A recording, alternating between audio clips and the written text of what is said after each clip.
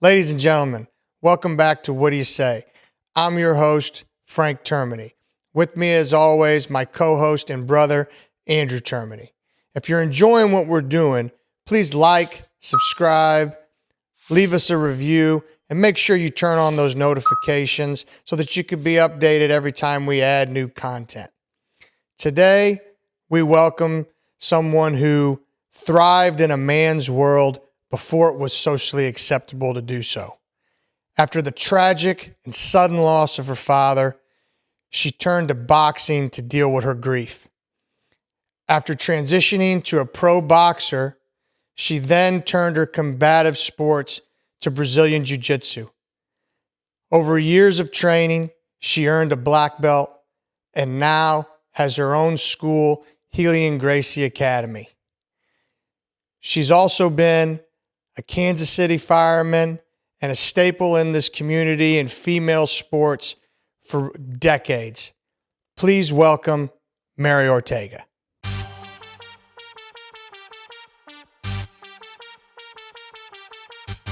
Welcome to What Do You Say? The podcast that peels back the layers of remarkable individuals to reveal their extraordinary sides and their incredible lives. I'm your host, Frank Termini, and I'm absolutely thrilled to embark on this journey with you. The podcast name's What Do You Say? But that's not how it's said. How do you say it? We say. What do you say? We say. What do you say? We say. What do you say? You got it. We say. Hey.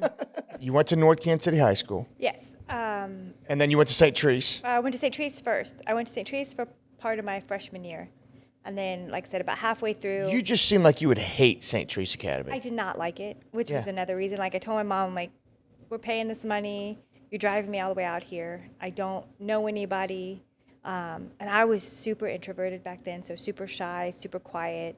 Lots of those girls that went there, they all knew each other, so I didn't know anybody. And I just, like, felt so out of place that I was just like, Mom, I can just go to regular school. It's fine. Yeah. So. Yeah. So here, as you get older, you box. You're black belt in Jiu Jutsu now. Mm-hmm. What kind of sports did you play as a young kid?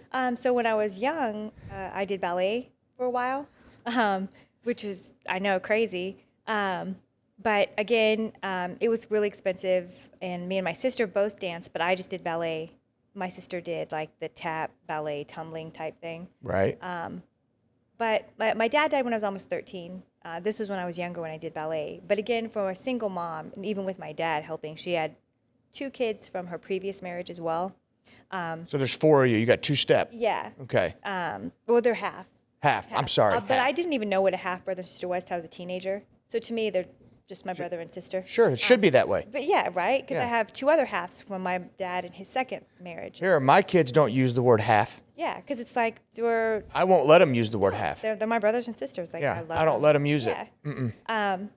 So I did ballet for a while, and then I played soccer.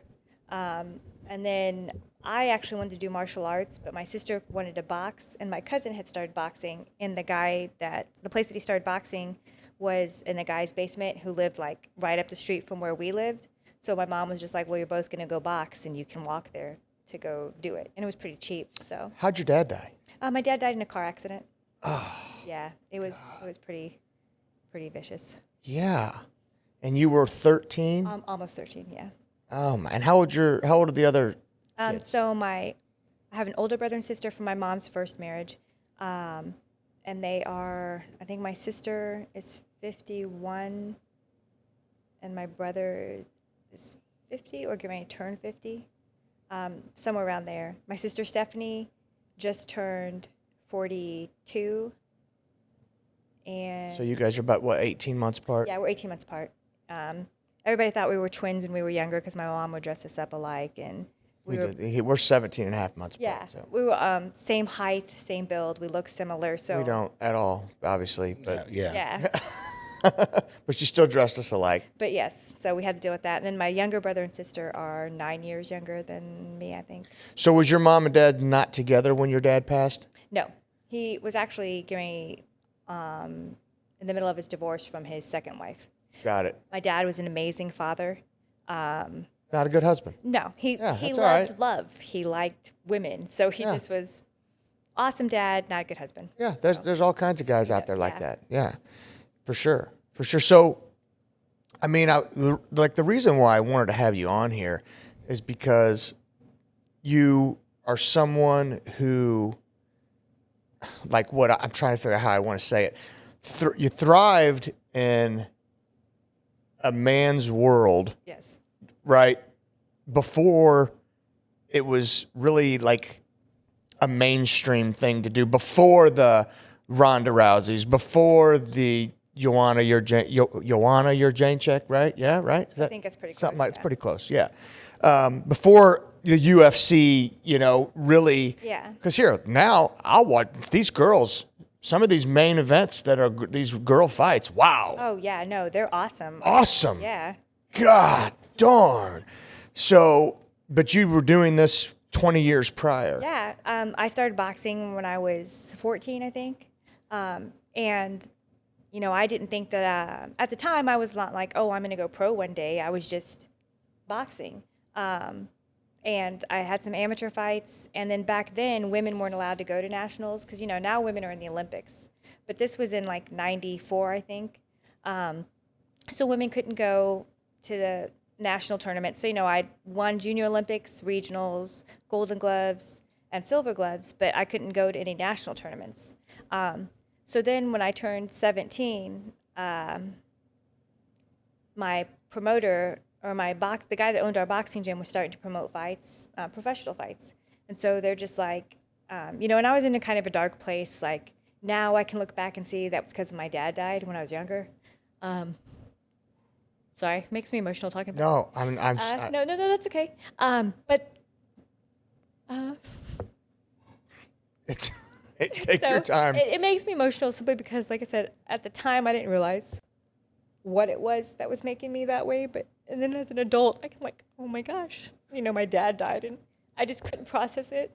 Well, you can't process it. You can't articulate your feelings. Yeah, exactly. And so back then, I was just this kid that was full of like this anger and just in a dark place. So at the time, they're like, do you want to go pro? And I'm like, sure, I have nothing else really looking like my life's going to be much of anything at this point. So I turned pro.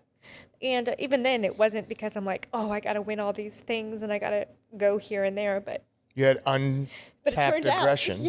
But it turned out to be, and I wasn't like a mean person or anything either. Like I said, I was very introverted, very quiet, exact opposite of what I am now. That's probably thanks to the fire department, though. It'll do it to you. So yeah, but it helped me a little bit come out of my shell, and I had this ability to go long and go hard and take the grind of it, like my sister and my cousin who wanted to box eventually stopped because they didn't like the workouts and they didn't like the constant, like, you have to be there, you have to watch what you eat, you have to work all the time, you have to do this, you have to do that. Because to get good, you have to, you know what I mean? Like, it has to be what you do all the time. Yeah, it's a lifestyle. It is. It's a lifestyle, exactly. And so I don't think that I wasn't good at first. It took me just nonstop practice, nonstop training to get that good. And even then, I don't think that I was ever like the best per se, but I think I just had that mindset that I don't necessarily need to win, but if you're going to win, you're gonna fucking earn it. So. Right. Yeah. No, I hear that. I hear that. And at the end of the day, there's a difference between being a champion and winning championships. Right. There's plenty of people who've won championships that do not conduct themselves like champions. No, and it's the most frustrating thing for me as a female, because back then, I'd go to the most money I ever made would be out of country fights because they pay women a lot more out of the country. But even then, it would be nothing compared to what guys made for title fights or anything like that. What countries did you fight in? I fought in Germany twice. I fought in China. I fought in the Virgin Islands. So I've got to travel all over the world because of boxing, which, for a kid that really, especially after my dad died, when my dad died, my mom got laid off at like almost the same exact time. When it rains, it pours. Yes. So we just grew up with Hold on a second.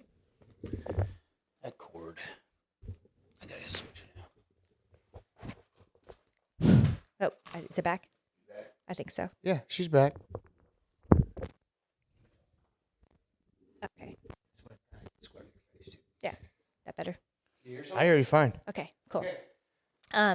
So like we really grow up. It's going in and out, Drew. Yeah. Gosh darn it. Weird. I didn't touch it that time. Well, you should be able to touch it. The cord's jacked up. Okay. Okay. Can you hear me? I think I so. got you. Okay. Long story short, we were pretty poor. But you know what I mean? Like my mom had us. She had 4 kids that she was raising. My older sister Gina had a baby young, and my mom pretty much raised her too. So even though she's my niece, so it's felt like she's kind of like a little sister because my mom raised her. Because Gina, I love my sister, but because kind of just she didn't know who she was, and so she just kind of lived this life of in and out of the house and things like that. So we just didn't really have a lot growing up. So at coming from that, I was never going to probably travel throughout the world unless I joined the military or grew up to have the life that I do now at least. So, what cities in Germany? I fought in Halle, Germany, and then I fought in I think I fought in Halle both times. And then China. In China, I fought. So I went to China twice. The first time I went a few months before my fight for a press conference, but it was pretty cool because that was in Beijing, and so I went there, and they paid me for that too. They paid me and it was for boxing versus kung fu, so it didn't even go on our records. It was 9 Chinese fighters against 9 American fighters, and it was they could do kung fu and we could box. So it didn't really turn out the best for most of us. Although my very stubborn head, I was like, I'm going to try to win this. I got kicked in my head a lot. It hurt. The first time I'd ever been dropped, I got question mark kicked. She came up to kick me, and I went to block, and then came up high and came down on my temple. And all I remember Mary, don't fall, don't fall. And then my body just crumbled. And then I went to get up, and it crumbled again. Luckily, the referee was from America too, and the week because we were there for 8 days leading up to the fight, and we had gone traveling and all sightseeing with these refs, and so he's holding me still, and he's like, Mary. He's like, Mary, I'm like, don't you stop this fight. He's like, Mary, you have to stay still. I'm like, don't you stop this fight. And I got lucky because the bell rang, because I was Literally saved by the bell. Yes, I was. My bell was rung. Was rung, yeah, for sure. So you said that you didn't realize the space you were in after your dad died until you were older. Yes. So was there anything that you were doing at that time purposefully to kind of deal with that in a healthy way? Or was it just, I have all this aggression and because of it, I'm just going to fight? What was weird is that I didn't feel like I had this aggression though. When I started boxing, it wasn't because I felt like I was angry at anything per se, so much as I wanted to. My dad, when I was younger, my dad boxed, and he would take us to Whatsoever and stuff when he would work out. And so he was trying to teach us how to punch. So I think in a way it was maybe a tribute to him as well. But as I grew older, like I said, now I realize the anger that I had because I was mad at him. Sorry for passing away, but at the time I didn't realize that until I was older. And so I didn't realize that that's what kept pushing me was that anger, I think. And that was the healthy way that I channeled that. Because I think if I didn't have that, me and my sister were kind of just hanging with probably the wrong kids. And she was definitely more into drinking or smoking marijuana and things when we were just young kids than I was, but I still hung with that crowd. I never did drink and never did the drugs or anything like that, but I was still with the wrong people that I probably shouldn't have been with. Yeah. You know what I mean? But they were my friends, so it's not like anybody was trying to make me do anything. It was just I didn't really care what happened to me, I think then. And so I was just kind of going down this road of I don't really care what happens. And so boxing, a professional, having that to guide me to something better really helped. So did you eventually seek help, which helped you work through this and realize? yes, I've eventually like later on, because I would get really bad anxiety and things like that, and just kind of get depressed out of nowhere. And so eventually it was just kind of like my mom's like you have to see somebody. And so I did. And then back then, even because when she did get, my mom did find another job. They had the program where you like could go and see therapist or whatever. Yeah. Um, and so I do remember as a young kid, like she took us there. But then as an adult, it was kind of like I need to see somebody. You know what I mean? And then I think that's kind of helped me see like what it was that I was feeling. Well, it's hard. Like I see it with my own kids as they're working through their loss, right? And you bring them to therapy, but they can't understand, what the therapist is trying to do, Right. and they can't really articulate what they're feeling, and so like it's tough to see any improvement. Right. You know what I mean? So, and all three of them deal with it differently, and I'm talking about Nina, Yeah. all of them deal with it differently. Like Frankie's super, super anxiety ridden, like living this life where he's just waiting for the next bad thing to happen. And then Gemma is angry, just pissed off. And Gianna's kind of somewhere in the middle. Right. She kind of has a little bit of both of them, and naturally we have them all in therapy, but it's like, I think it's the real healing is probably not going to come until they're older. Probably. And honestly, like the real hurt may not come for a while too. Yeah. And I think it's just because when you're younger, you don't, even as an adult, lots of times you don't know how to process those things. Oh, you're not telling me. Yeah. Right. But as you have experiences, at least it helps you. And then I'm an avid reader, so I read all kinds of things. I have been like that since I was younger. And then I would try to like read books about it as well, like self-help books or just psychology books or just different things like that to kind of try to understand like why am I feeling the way that I'm feeling. Why drives a lot. Like the question why, I mean, it drives behavior. It does.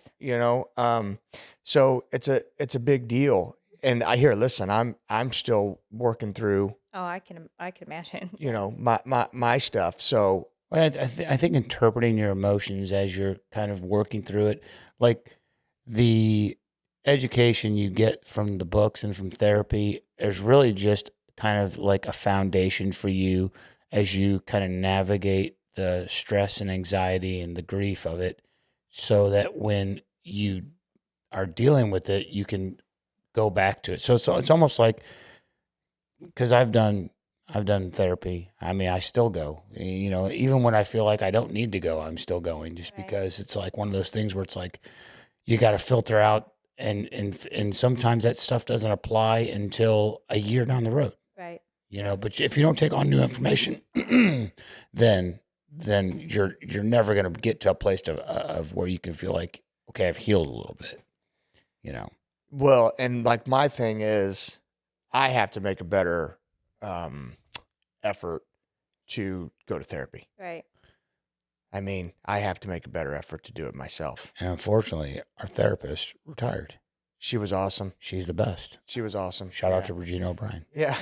Love her. Yeah, she was really great. But I think I might check out Devon's. She had mentioned she has one, so yeah, I need to make time to do it though, because I between working and coaching football and running my kids here, there, I mean, like here tomorrow there's 4 basketball games and 3 volleyball games. Yeah, that's why we have dogs.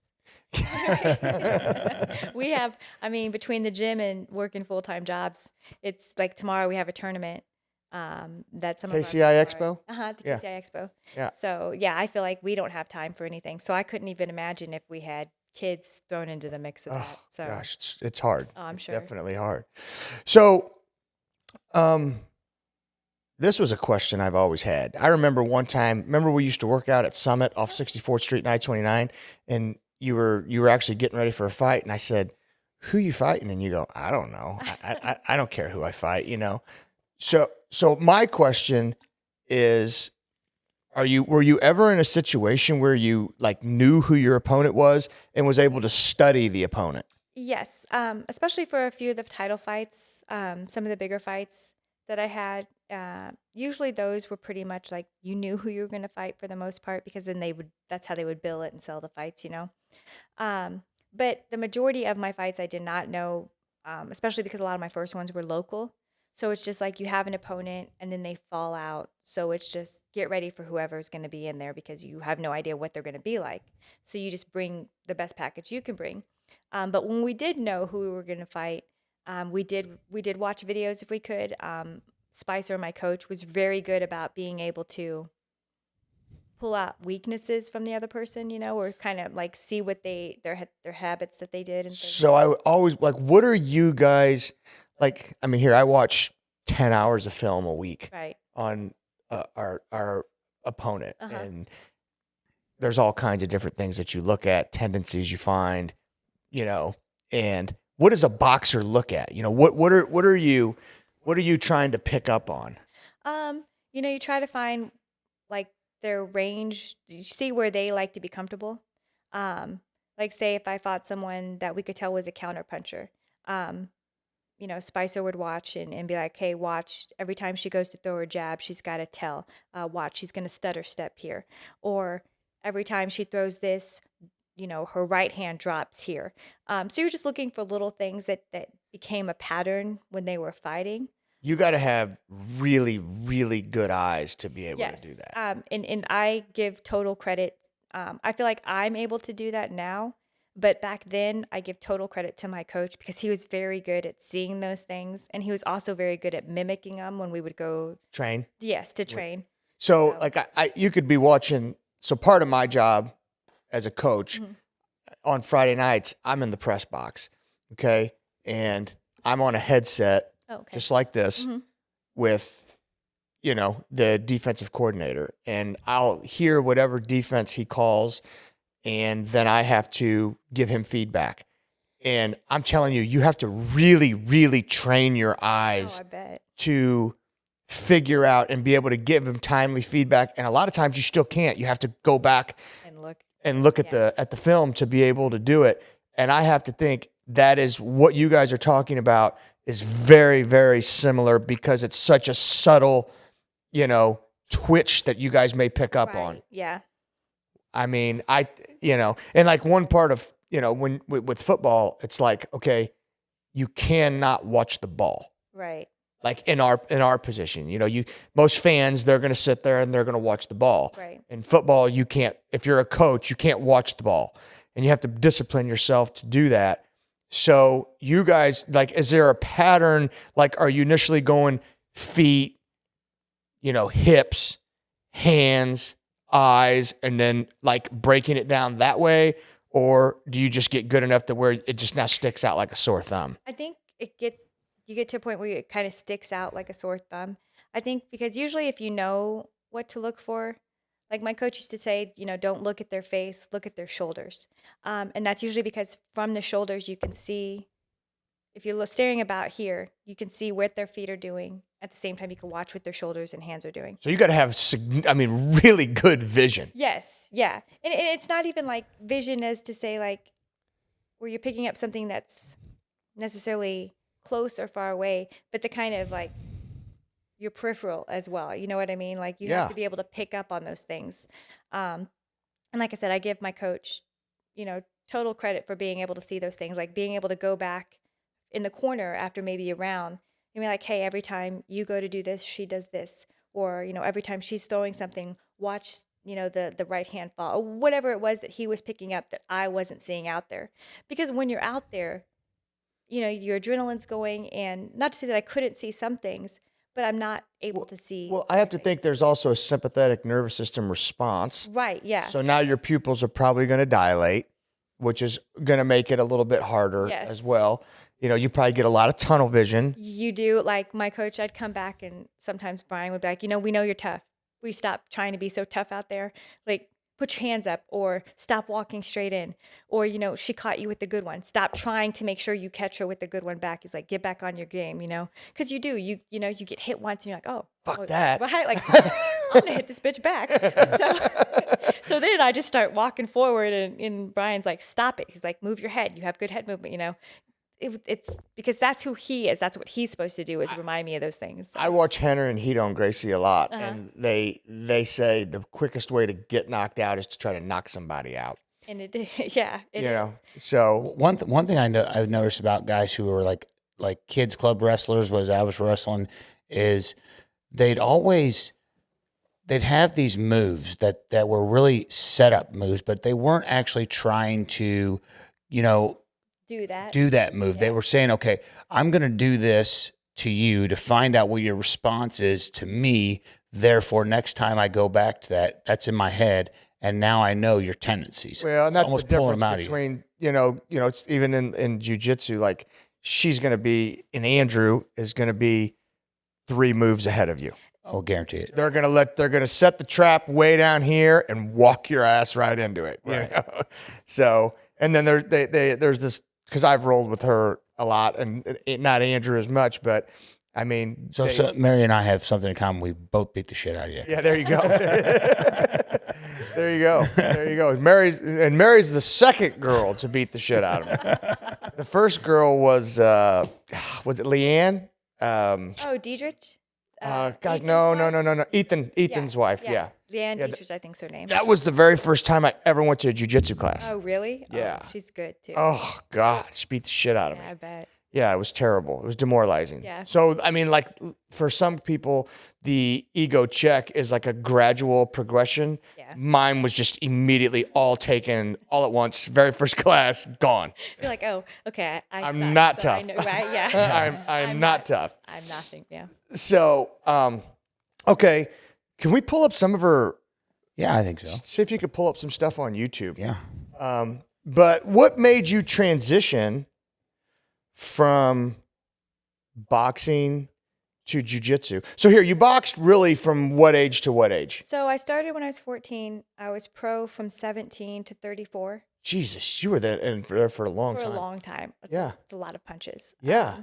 And my second to last fight, which I had like a 3-year break between my fights, because my second to last fight actually had a skull fracture.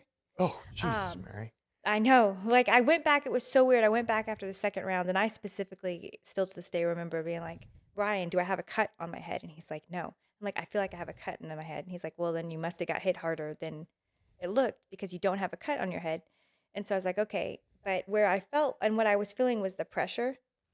And so they kept putting an in-swell, but as soon as the fight was over, like, it looked like I had a gremlin that was going to pop out of my head.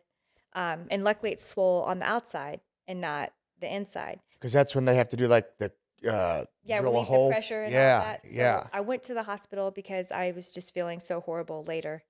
Are any of these that I should click on that? The one with Stephanie Dobbs versus Mary Ortega is just a pretty short one. All right, Ricky, don't get mad at me on this. My guy that does my editing is like, hey, you may not want to address the screen too much because most people listen to podcasts versus watch it. Watching them, yeah. But you know what? We're going to go ahead and do it. They got to watch it.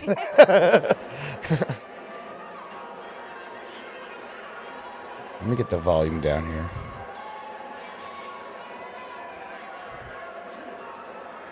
Can you fast forward a little bit, Drew? Yeah. Let's get into some of the action. Kind of talk us through this, Mare. So this fight, she had quite a few fights too. She'd been around for a while.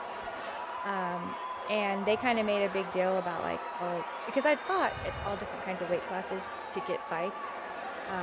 So I usually fought girls that were way bigger than me. And so they're like, oh, you're not going to be able to make weight for this fight. And I mean, I did. It was not even a big deal. But they were also kind of talking a lot of stuff. So I was kind of like, took it personal. Oh. Go ahead. I'm listening, Mary. Oh, so I kind of took it personal. So I kind of like wanted to make a statement when I was out there.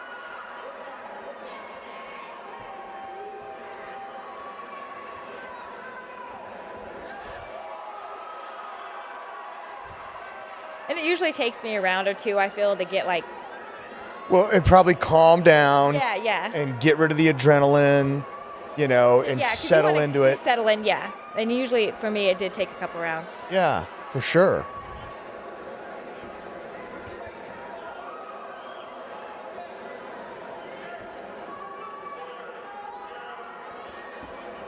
Jesus, Ooh, man.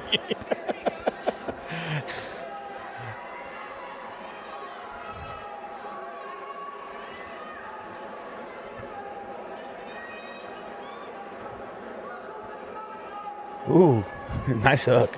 Thank you.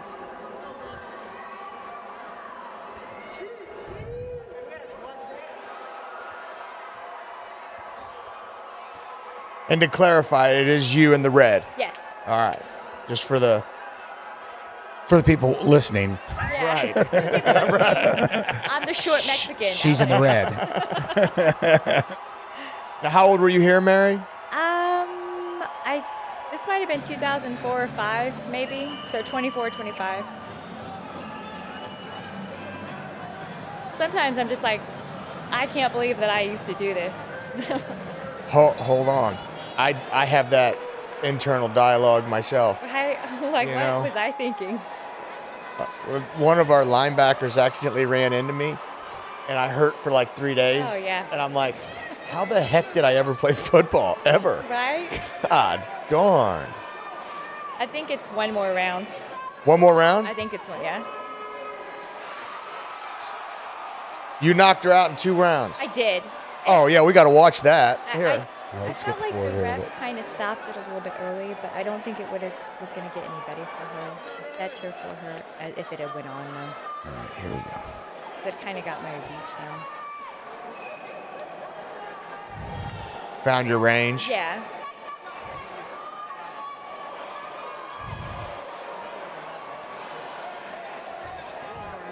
Now, is this a professional fight here? Yes. All right.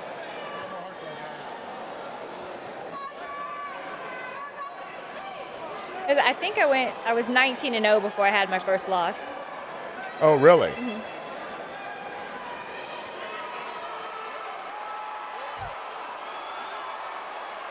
No, it's not going to get any better for No, you. it's not.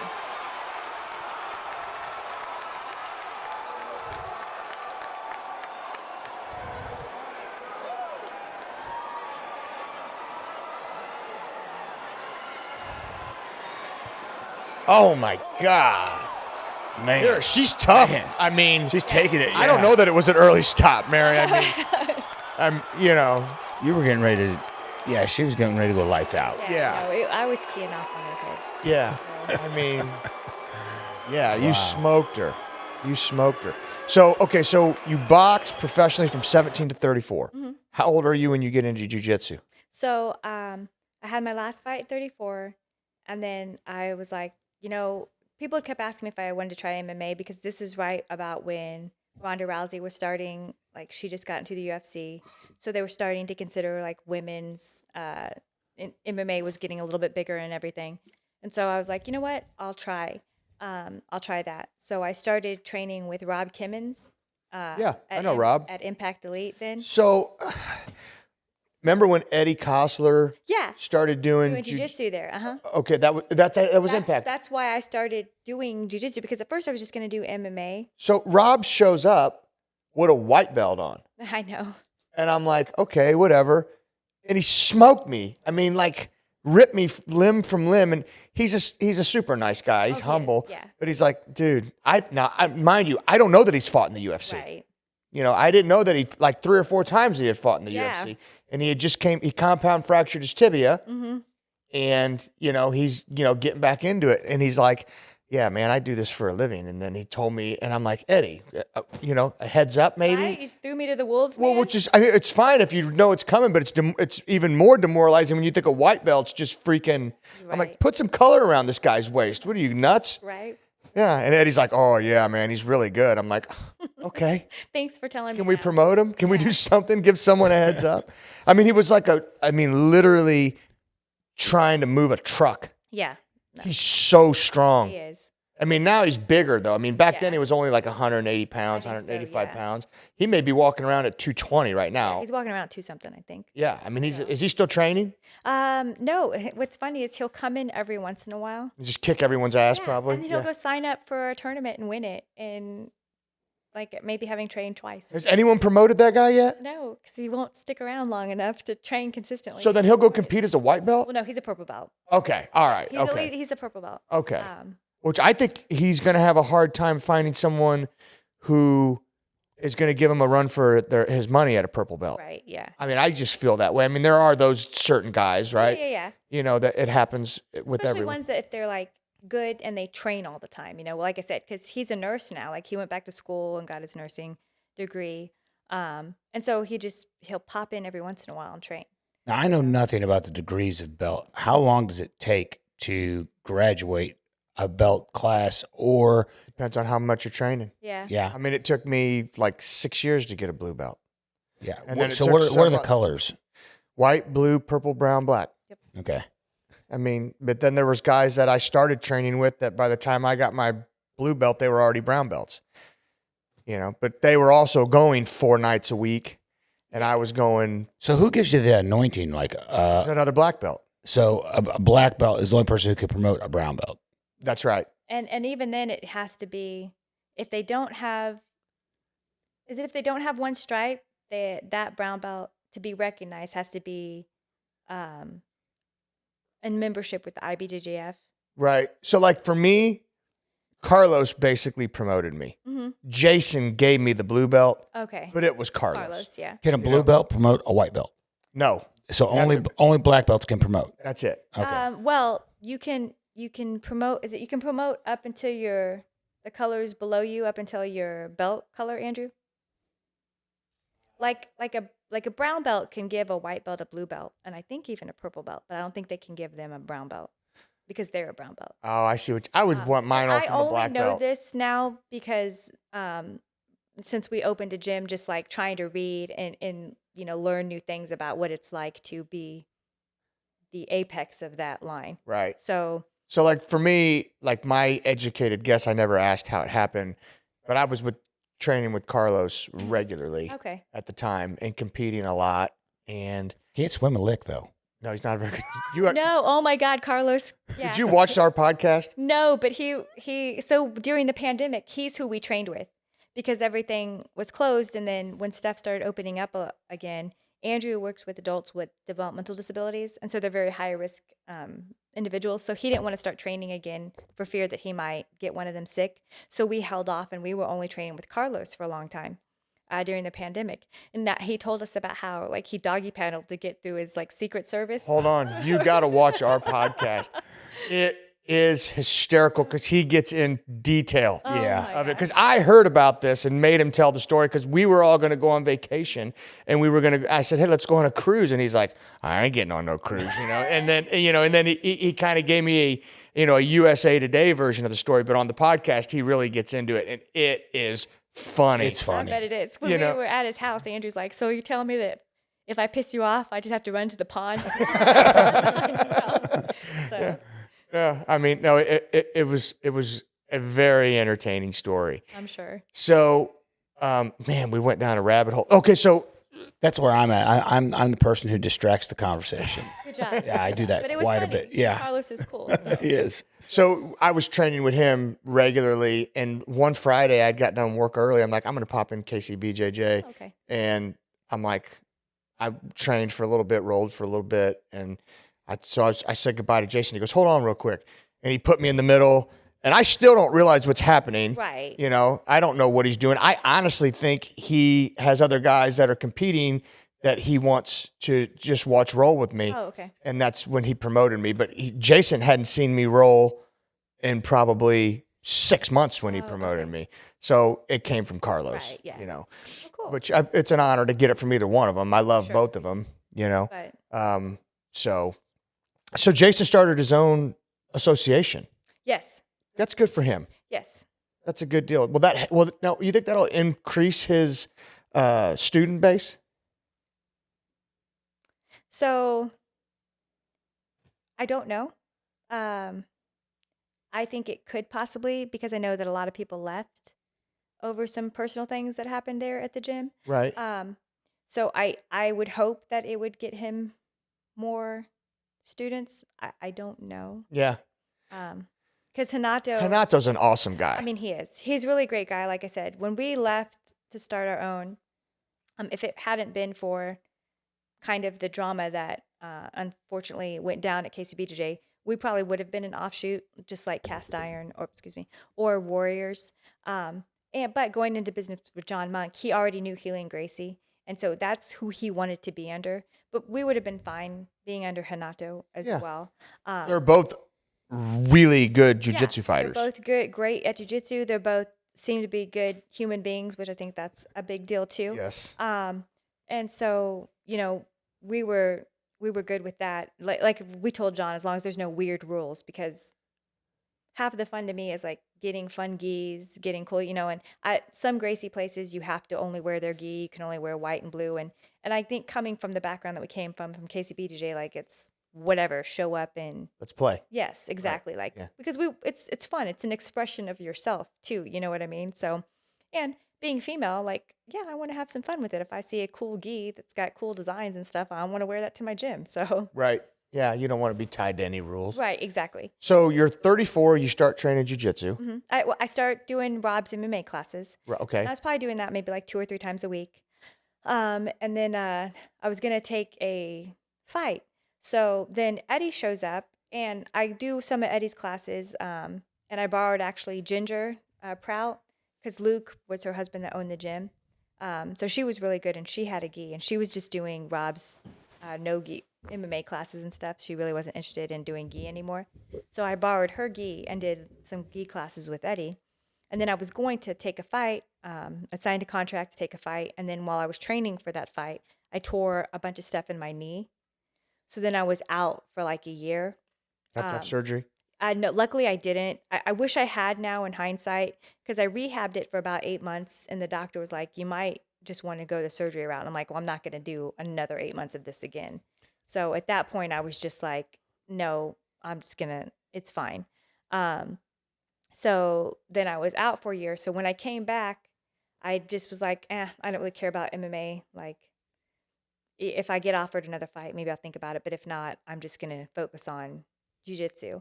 And at that time, Eddie was not at Impact anymore. He was back at KCBJ. So this is 2015. And so that's when I started doing just jiu-jitsu. Yeah. So, yeah. And then you just progressed. So you got who gave you your belts? Jason. Gave you all of them? Yes. Okay. But blue through black. And then how long you been a black belt? I've been a black belt for a little over a year. About a year. You still compete? I competed. I hadn't competed in a few years, and then after the pandemic, I kind of was like, I'm going to start competing again. So I probably had 1, 2, 3. I did 3, 4 pro fights. I did 2 black belt pro fights, and then I went to Master Worlds.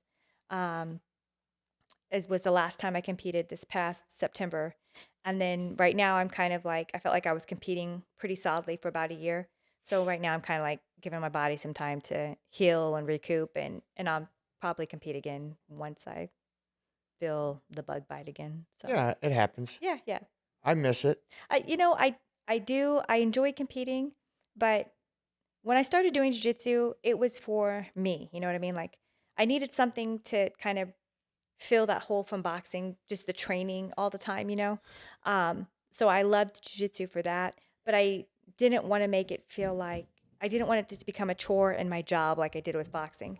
So now it's like, I'll compete when I feel the need to compete, but I don't want it to be the only reason why I'm training, you know what I mean? Because it takes away a little bit of the joy of what I'm doing. Well, So, like when I wish I'd have started much younger. I was 29 when I finally started doing it, Yeah. and I quit playing football. I was 21, I think, which I tore my ACL ugh, my freshman and sophomore year in college. oof. And then that's when I went to a small school in Atchison, Kansas, Benedictine. Oh, uh-huh. So I went there my freshman and sophomore year, tore my ACL both years. And then at that point, I was like, okay, I suck at football. You know, I mean, I honestly, in hindsight, I shouldn't have went and tried to play after my first surgery. Right. You know, surgery wasn't what it was today. Rehab wasn't what it was today. Yeah. And, you know, it just, I had a real difficult time. You didn't get a scope. You got zipper. Oh no, I got zippered. Yeah. I got a Oof. big, 6-inch incision. Yeah. So, which really wasn't the gold standard even back then. It was still to scope it, but you know, I went to the surgeon that I went to. That's how he did it. That was his technique. Yeah. You know, so, but anyway, so that's when I transferred from Benedictine to Rockhurst, and then I went into PT school. Okay. So, but I didn't start doing jujitsu. I always lifted weights and exercised, and then I started at 29. Joe Giglio. Uh-huh. He kept saying, "Come on, you need to come do this. You need to come do this." And so I went. I got the shit beat out of me, and then I was like, "I got to know what they know." Right. So I was really shocked that that was something you got into, I loved it. Absolutely loved it. because you didn't want to wrestle in high school, and that kind of just wasn't, that kind of thing just wasn't your thing. I didn't have the mentality. Yeah. In high school, I wasn't mature enough, and I was way too egotistical. Yeah. I was way too egotistical to do it in high school. I would have never been able to humble myself to do it. It was never going to happen, So you got to check your ego to wrestle. Yeah, You have to check your ego to wrestle. You have to check your ego to do any combat sport, Yeah, for sure. And we know we've all been on the mat. Although I never did jujitsu, I've wrestled, and the person who you're stronger than still may get on the mat and beat you. That just is how that sport goes. I'll tell you right now, in any hand-to-hand combat sport, it's technique. In jiu-jitsu, like if you're relying on strength, you're probably going to lose. Yeah. I mean, there are times, strength and athleticism, it's still a part of it. It's beneficial, especially when you're going someone that's at the same level than you.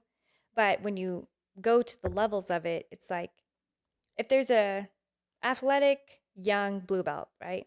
Female, say, and I'm going to roll with them. They're going to still have a good chance of getting me with something or maybe dominating a certain position. But most likely, if that's all they're going to try to use, my technique's most likely going to beat that out. Right. Yeah. So, and being a small female, like that is all that I had to rely on was technique, because I'm not going to outstrength anybody unless it's a small female. I'm not going to move some guy because all of a sudden I got mad that he did something to me, so I'm going to Hulk him off me. It's not going to happen. Right. So it's all about technique. How long did it take you to get that? Because like you said that you kind of fought from a place of anger when you were boxing, and you would go in there and just kind of try to duke it out. How long did it take you to realize like technique is more important than my strength? Even in boxing, most of the people that I trained with were guys. So sparring, I was sparring mainly guys. I did have a few female sparring partners. And as I turned pro, the few that I did have were full-grown women, and I was a 17-year-old kid. So again, I couldn't rely on that strength, you know what I mean, and power. So even in boxing, it had to be speed. It had to be technique. I had to outthink somebody or just out-technique them, I guess, because you don't want to think too much while you're out there, but you want it to become like second nature. But I think that helped me so much going into jiu-jitsu, because I already knew nobody was punching me in the head. So it's like, okay, you're going to smash me. I've been in a worse place than this. This is fine. Like I don't think I had that anxiety. Yes, that anxiety of it. Because to me, it was still not as bad as getting punched in the face. No, I guarantee it. Like, So- but my big problem with jiu-jitsu was claustrophobia. Yeah. Andrew has that same problem too. So like Jesse Hernandez used to lock me in his damn basement, me and him, and he would just lay on me. Mm-hmm. And he would take his gi and he'd put it over my face and he would do all this crap to just, and then he would just sit there like, calm down as he's laying on me and, stay calm. And he's a He's a big guy to be just like laying on you too. Well, not only that, but at the time he was probably 190 pounds, but he knows how to distribute his weight. It's way different. He feels like he's 500 pounds. It's awful. So that's actually, because I remember walking into Adrenaline Athletics and smelling, jiu-jitsu mats, they have a scent to them. They do. And I remember, it's not a bad scent, but it's usually like almost like a bleach. Yeah. And even now, like I'll smell bleach sometimes and I'm like, my palms would start to sweat. That was my biggest fear. Was I had a horrible problem with claustrophobia, and it wasn't until I finally just said, okay, this is my issue. This is why I don't want to compete. Right. This is why I only want to go to class and I just want to spar and I like doing it in a controlled environment, because I cannot stand the claustrophobia. Because there was times, and it's embarrassing to do, I would tap when I wasn't in a submission. I would tap because the pressure and that. Right. I would just simply tap because I'm like, I can't fucking breathe. Yeah.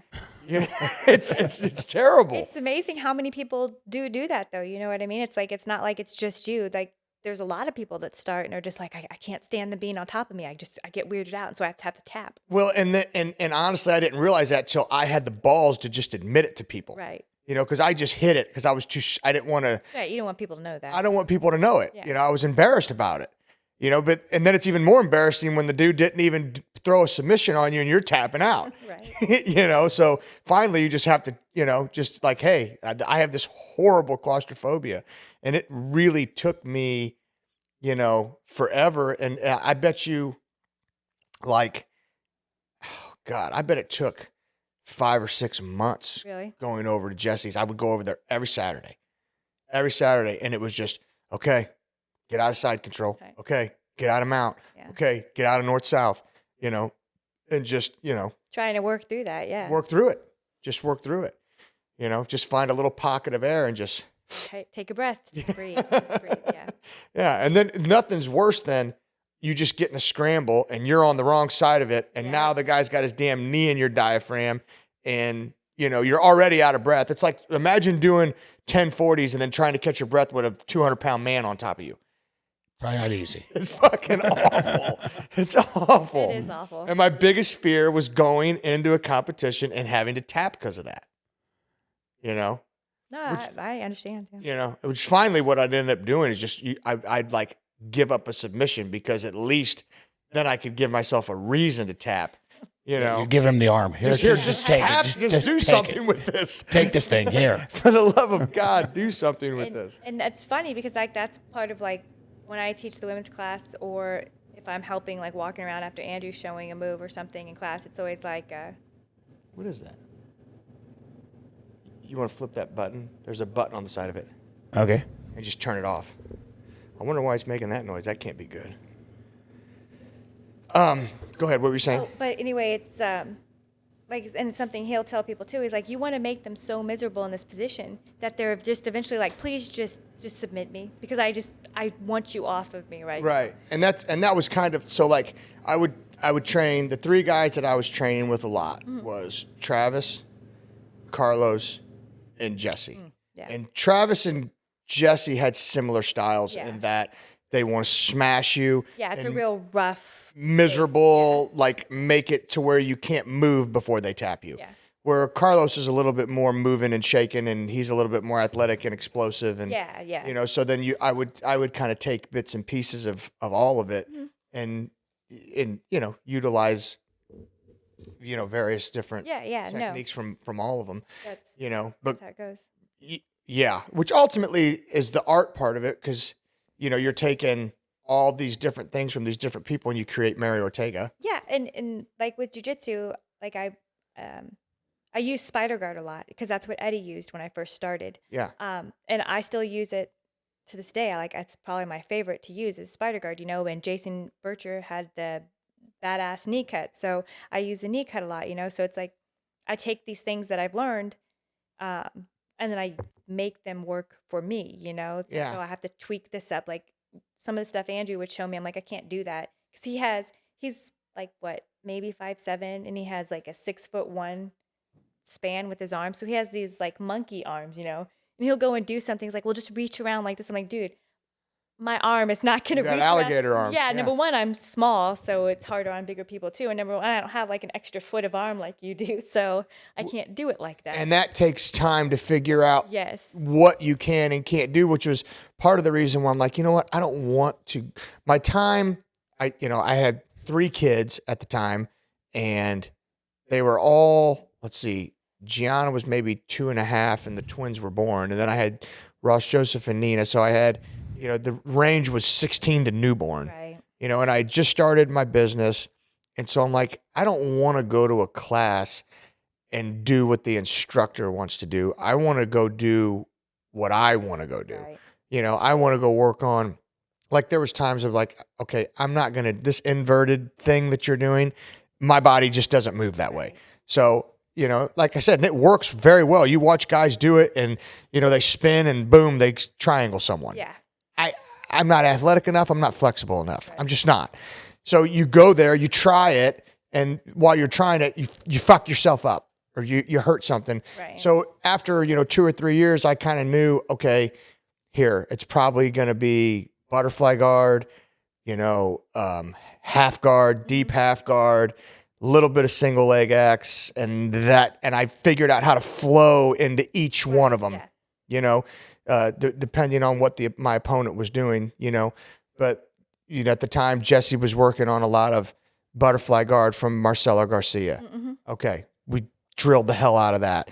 Dustin Dennis came in town, showed us that dog position and that, half guard position. Yeah. Worked a lot on that, and then just figured out ways to, interchange them, and that's kind of where I lived. And my guard still sucked, it still wasn't any good, Right. But here, you probably don't develop a guard till you're probably purple belt, I would say. I think it just depends because you're on the bigger side of that. You know what I mean? I'm on the smaller side of it. So you got to like, develop a guard yes. much faster. So I had to get a guard quick because it was like I'm either going to be underneath them, and if I can get any space, I got to try to re-guard.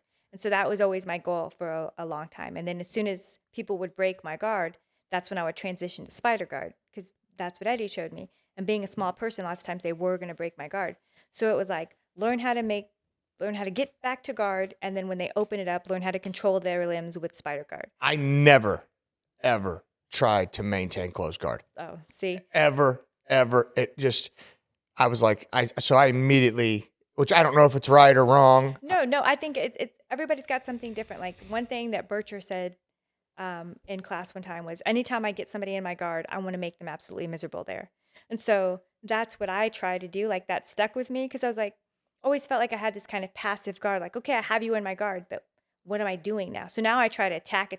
And sometimes, like you said, not even with the mentality that I'm going to sub them, but because I want them to do something to get out. Like, I want you out of this. I want you to try to open up because most likely my sweeps are going to come from my spider guard.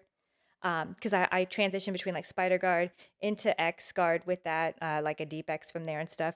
So I know that that's where most of my sweeps are going to come because I can pull off like a scissor sweep or a hip bump sweep, but I'm just so small that lots of times bigger people are just going to have that real heavy base. It's going to be hard to do it. Yeah. So I usually get them by letting them break the guard, not necessarily letting them, but they get to where they're breaking the guard, and then I'll either throw up my submissions from there or I'll go to spider and then start setting up submissions or my sweeps. See, I never even got myself into a situation where I even felt comfortable trying to submit from the guard. Oh, really? My thing was like, okay, I'm going to sweep from my guard. Let me get on top. Let me pass. And then let me try and work something from side control or case or north-south or, something like that. I don't know if it was a flexible. I always get smashed and passed. And lots of people it's a hard mentality, like with the wrestler. Like Andrew, he grew up wrestling too. So being on his back was just like a big taboo thing. Like, I cannot be here, you know what I mean? But me not having that background, and like I said, my home was on my back at first because I was small. Like, I was going to get smashed. Like, that was just what was going to happen. I didn't know enough to get out, and I wasn't big enough to muscle out. Right. So it was like, this is where I'm going to be. I much prefer passing. Like, as I've learned how to do things, like, I much prefer to be on top. I like my passing game. I think I have a decent passing game, and I have some good subs from top too. But I'm always going to go back to being that guard player because that's just where my home was when I first started. So. Can we pull any video up of her doing jiu-jitsu? Is there anything on YouTube? Yeah, there should be. let's look. I think there's one. Because we may be talking about some stuff that the Sorry, my socks are making my feet hot. So. man, my feet are freezing. Oh, really? Mine are hot. I don't ever have latex socks on. So. Always so cold, and my wife is always so hot. That's us because we have it down now, but like for the first 5 years of our relationship was just arguing over what temperature it was going to be. My mother-in-law for Christmas bought me this thing. It's called Warm Hug. And it's a like a big heating pad that goes all the way down your back and then it comes over the top of you. And it's awesome. Okay. It's awesome because she'll sit there and right now turn the air off or the heat off and I'll freeze my ass off. That first one's one. Okay. Let's look. Pull it up. Sorry again, Ricky.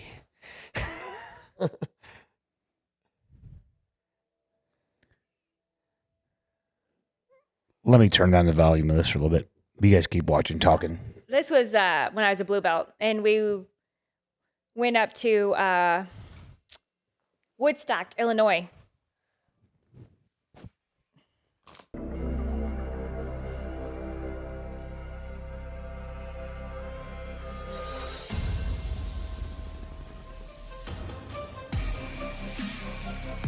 And again, I'm usually smaller than most. Yeah, she's big.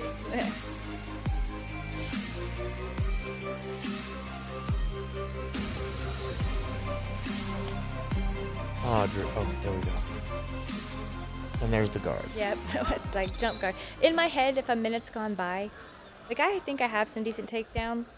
But if we're just playing this game of back and forth, if a minute's gone by in my head, I'm gonna pull or jump or something because I want to do jiu-jitsu. I don't want to get in a takedown battle. Not only that, but that battle's exhausting. It is, and as you know, when you're getting older and stuff, it just hurts your joints, and it's just like that tugging and the ripping and all that. It's just, I'm like, I agree. Oh, there we go. Go for the triangle immediately. Or is that arm bar? You're arm bar there. So, like I said, my goal was to try to make people miserable, and so if that's just to keep attacking shit until they make a mistake, then cool. And then now we transition to what looks like you got the... I was trying to think I'd get the spider guard, but she was keeping her arms in it. Yeah. There we go. There it is. Oh, right back to the attack.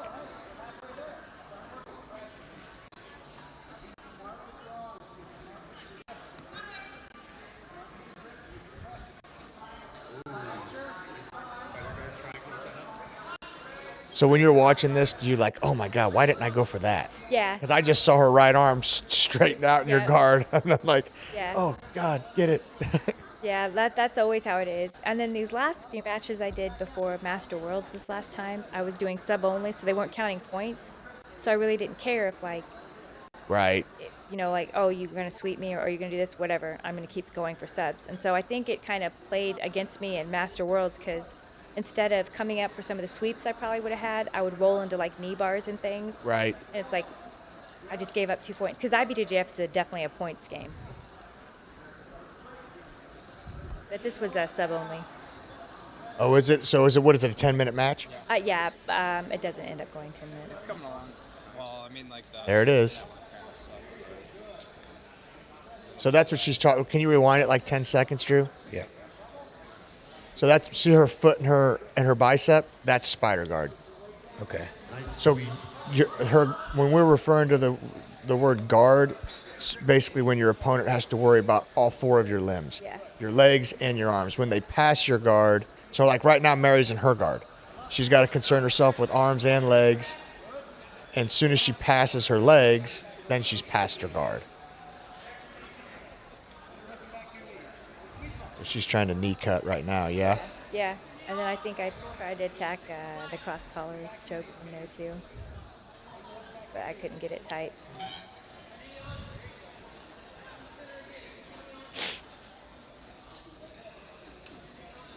It's funny because now that I'm better, I see like all the the space that I leave here, the things that I did there.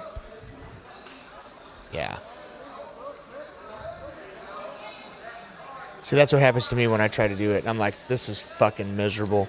Right. Getting stacked on your neck. And then now she's in a horrible position.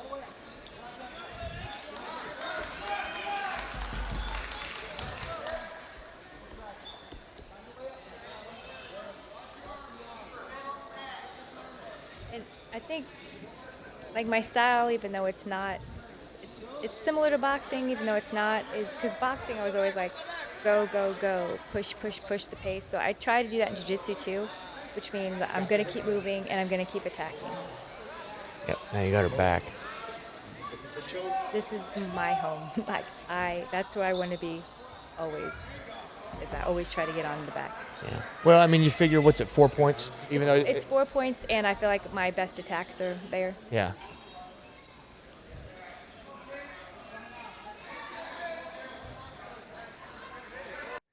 You're gonna armbar, aren't you? No, I was trying to set up a bow and arrow, and her coach warned her on that, so I didn't get. So I get kind of like it's like a zipper choke.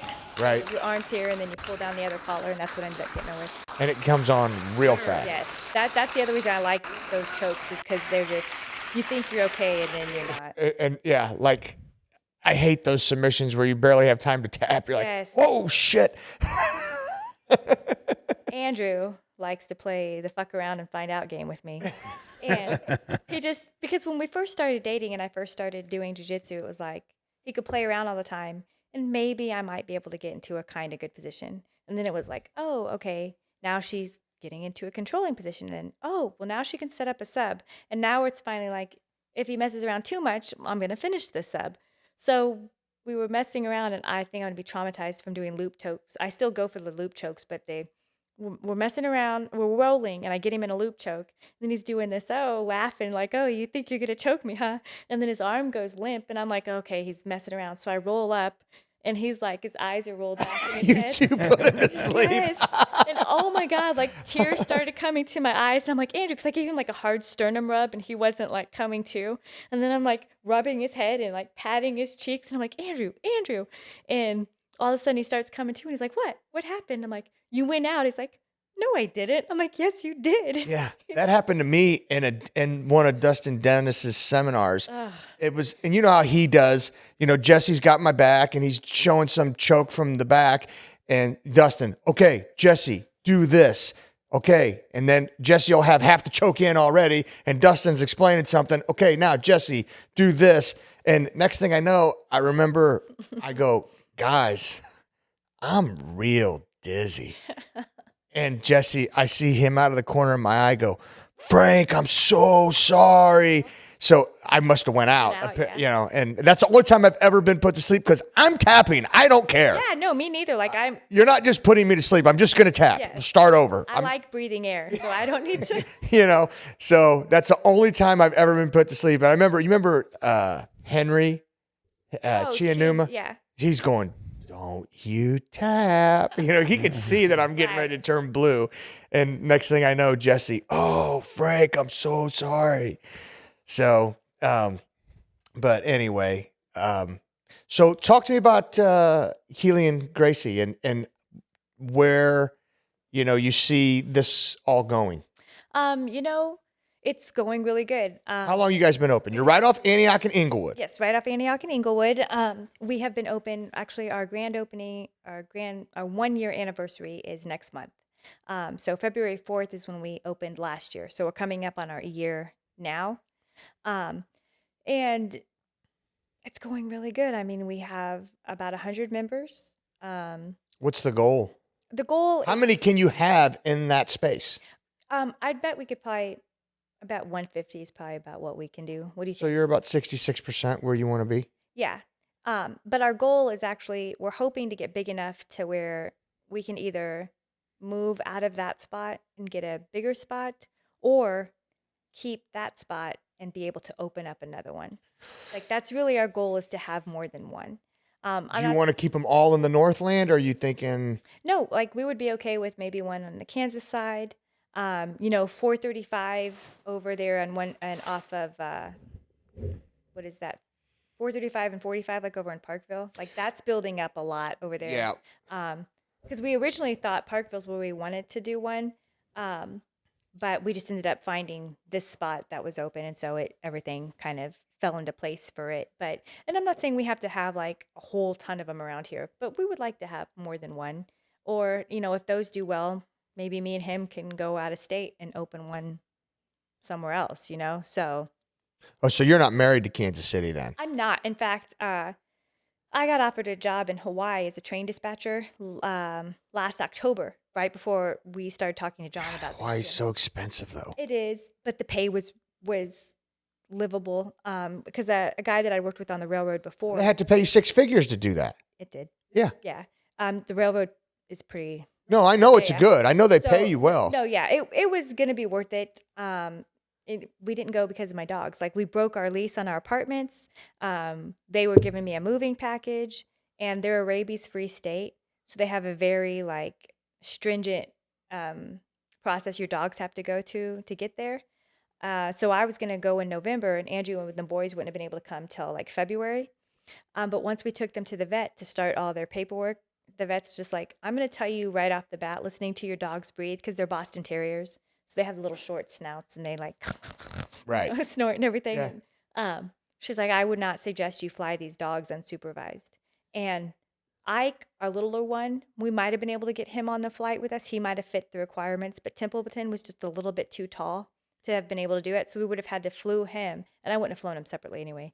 Flown him on like one of those transports where they do the dogs, but nobody supervises them while they're there. Like there's the pilot, but nobody's in the back looking over these kennels while they fly. And it's a long flight. It's So like you're a probably. yeah. How long is it from LA?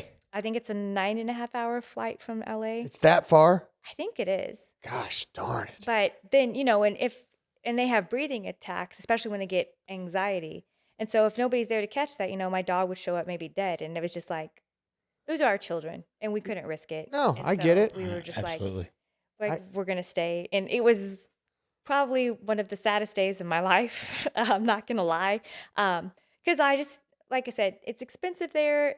Or like you said, it's expensive there and everything. But the contract, if I took the moving package, I had to stay with them for 2 years. We just came out of the pandemic and everything. I'm like, what's 2 years of our life? If we end up not liking it, I can always get Hitachi rails all over the world. I was like, I can come back. So is that what you do here? No, I was working for the railroad, do a contract position, Kansas City Southern, but they got bought out by Canadian Pacific. And at the time, they couldn't guarantee if the contractors were going to keep the contractors or not at that point. So I kind of was like, when I worked as a train dispatcher for Kansas City Southern before, I got laid off during the pandemic, when the pandemic first started. And then they called me back for another position. Actually, I worked 2 other positions there after that. Because, if you work hard and everything, you leave a good impression. So when I got laid off, they called me back about another position. But anyway, as a contractor, I wasn't guaranteed a spot through the merger. And so it's kind of like, I don't really know what to do. Long story short, a company that I'd worked for a little bit, when I first got laid off, called me and they're like, hey, Mary, we have a spot open again. Would you want to come back? And I was like, yeah, you have to pay me a little bit more money. And they said, okay. And so I work for Project Resources Group. They contract out for Google Fiber. Okay. So we work with techs that do fiber splicing and everything like that. Okay. So, I miss the railroad because coming from like the fire department, Children's Mercy, it's very safety based. So it's kind of like my world of, even though it's not EMS, it's still keeping people safe because it's very heavily FRA regulated. So I want to get into this real quick. Uh-huh. And I just thought about something. You were on KCFD. Mm-hmm. So how long were you on KCFD for? Almost 12 years. Really? Uh-huh. So you were on before Andrew then probably, right? I got on like the class before you maybe. Yeah. Okay. And then what made you walk away from that? Long story short, again, I was going to move out of state, and with KCFD, I could say if you do everything the right way, you have 2 years to come back, but you could not do anything the right way, and you could still come back. Because that's KCFD. Nothing against them. But a lot of people have left and come back that probably should not have.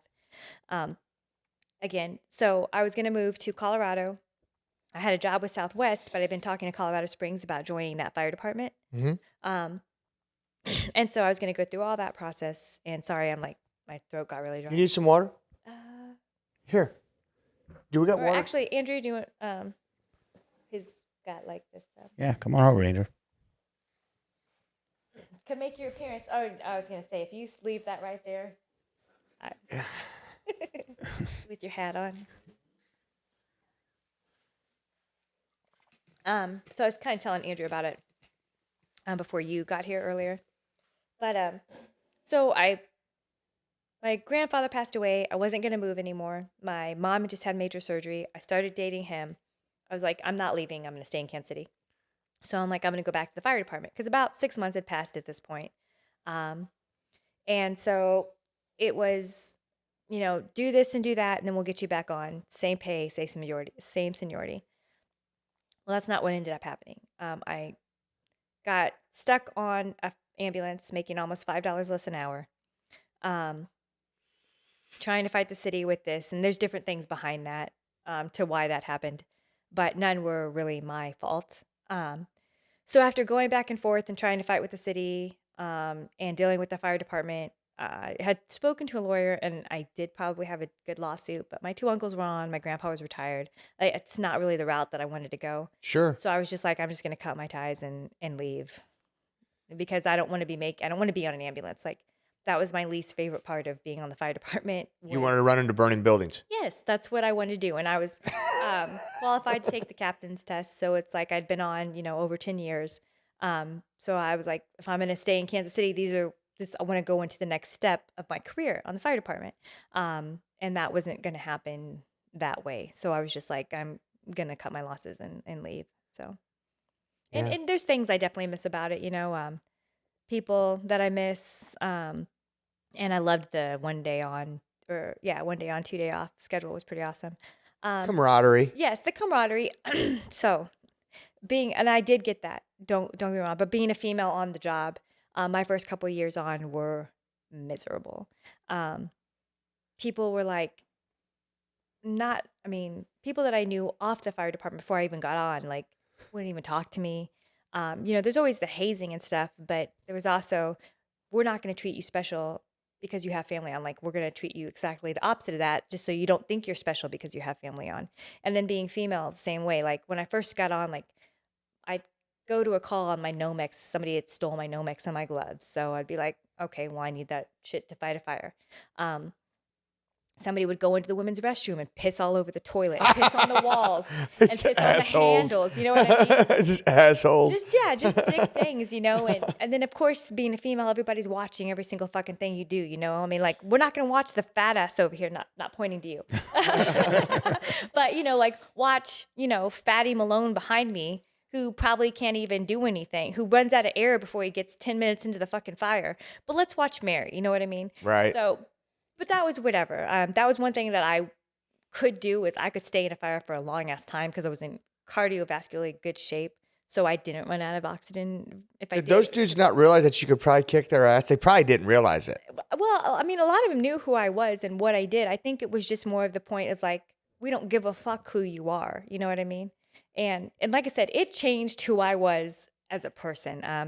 Because that, you do your thing and you get your time on. And after about 5 years, I kind of got to a point where I was like, okay, you fuckers are not going to treat me like this anymore. Like, I'm here. I'm doing the work. Like, I'm working. Right. You're not going to talk to me like this, I will say I'm happy to see that culture flip. It seems like it has. It really does. I feel like and I do agree with Mary. Like, it took a while for men to just give the respect of a woman's in the fire service outside of them having to prove themselves. And a lot of times, I think when Mary came on, it's like you couldn't do enough to earn their respect. It just wasn't going to happen. No, and it was really weird because for me, I heard from like my grandfather and my uncles, and who none of them wanted me to get on because and probably because they knew what that was like. Well, they were probably on even 10, 15 years before you were on. And her family name on the fire department is good. Yeah. They're all very well-respected firemen on this job. Yeah.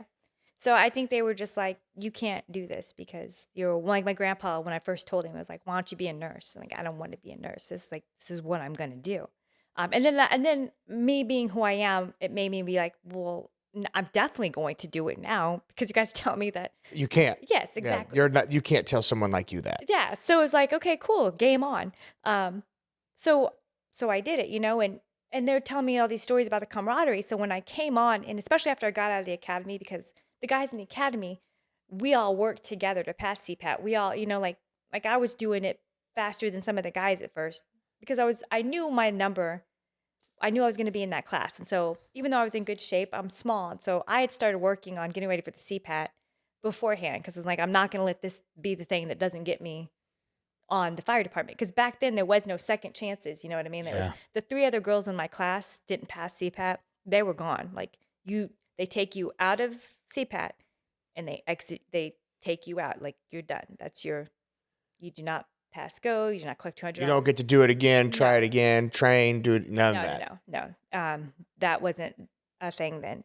And so, those guys, we were all a team then. And we had 3 teams because we had 47 people in my class. And I was one of the team leaders out there. So then when I get out on my OJT and I get out into the real world, and I get my spot and I float, and it's not like that, I'm not looked at like that. It was like a really big shock to me because but I did the work, but I'm here and I know there's so much more work that I have to do, but I felt like nobody's giving me a chance to even do that. And again, my mom, I call my mom crying, and upset. And even my uncle one time's like, well, you can quit, you can quit. And I'm like, but I'm not going to quit. I need to vent. I need to get this out, but I'm not fucking quitting. Not until if I'm never quit, it's going to be because I want to quit. So I'm not going to be because some jack-offs made me quit. Right. Yeah, that's not something they do their best. I mean, then they do their best to run you off. Yeah. There's just some really inappropriate behavior that's I don't understand why you don't want to give this person a fair opportunity to prove, because guess what? If you're a piece of shit, that doesn't have any race, color, or gender. No. You could just be a lazy piece of shit. Right. I mean, that's just how it goes. And Mary was never that. You can obviously see in her worth ethic and how she fights. And that carried over to the fire department as well. And it's unfortunate that culture was in place, but I am thankful that it's now, and it's because of, I think, the KCFD taking over the ambulance that we've had to evolve, and rightfully so. It's not a good old boys club anymore. It's just a club of people who are a part of the fire service. Right, because for the most part, like you said, you're going to have those pieces of shit that are pieces of shit no matter what. But for the most part, everybody's working towards the goal of you're there to help people. You know what I mean? So that's what it's about. And and yes, you're going to get some women, and I do understand there were some women that came on around that time too that didn't have those, qualities and were just looking for a free ride. But there's that many dudes that are too, 100%. you know what I mean? And so that's why for me, if not more. Yes, exactly. Well, yeah, just because by percentage standpoint, that's how it is, Yeah. And so I get it, and I do get it now to an extent. Will never understand that, of course, mentality, but it was the old school way of doing it. And now that I on Facebook and different things, I see all these women that come on now, and so it's awesome. It's awesome to see. You know what I mean? I have a friend she's a rescue trained firefighter, and her name's Lauren Kuklinski, and she's a badass. Mm-hmm. You know what? I would take her on my crew any day of the week and know that she's likely, here, just like we were talking earlier, Ronda Rousey's 135 pounds. She would kick the shit out of me. Lauren's one of those girls that I don't know that I could outwork her. She's really a badass. She's really... Well, and a lot of that, has to do with what your body going to allow you to do. I mean, you've had a back surgery, a shoulder surgery. What other surgeries have you had? Back, shoulder, elbow, and wrist. Yeah. So there you go. Four surgeries. So, and I got a torn bicep right now. Oh, do you really? Yeah. You got a Popeye muscle? No, it's not rolled up. It's just partially torn. But is it at the shoulder or the elbow? It's at the elbow. You're gonna have to get that repaired eventually. Yeah, but I'm not ready to do it yet. You're not ready to make that kind of commitment. Yeah. I understand. I understand. Well, here, I've had 4 knee, 5 shoulders, 1 left shoulder, 1 low back. I mean, if I was a fireman, I would have to pensioned off. Yeah, and there's no way I could do it. that's the other thing is that from boxing at such a young age, and then the fire department when I was 23. Like my body's just crap now anyway. Now we had Jiu Jutsu for the past 9 years. It's like it's crap. So if I had stayed on, I can't imagine how much more worse it would be because I need surgery on both my knees and I need surgery on both my shoulders. And like you, I'm just not committed to taking that kind of. No, I don't want I the would time off. wait on shoulder surgery till you can't take it anymore. Yeah, and that's probably what I'm gonna have to do. 'Cause you know, I mean, I used to be super flexible with them, and now, well, I was in a rollover ambulance accident, and I tore my labrum and my bicep tendon, and so that was a long shoulder recovery, surgery sucks. but that's what I've heard. So miserable.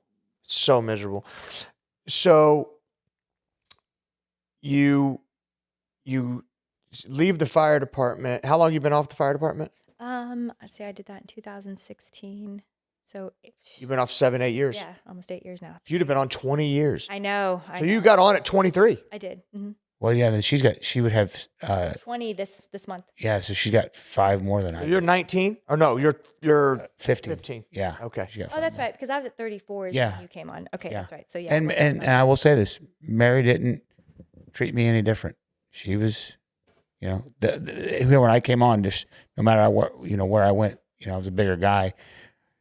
Guys would want to give you shit, but I mean, I went to 34. Well, and I think a lot of it's just that locker room humor that you did even as a football player. And I think that carries over, it does. onto the fire department, which would ultimately be something that I would gravitate to. I mean, I will say this. If there's one thing I wish they didn't do away with is when somebody called you out to the front of the station to just handle the business, just go out and handle the business. But Right.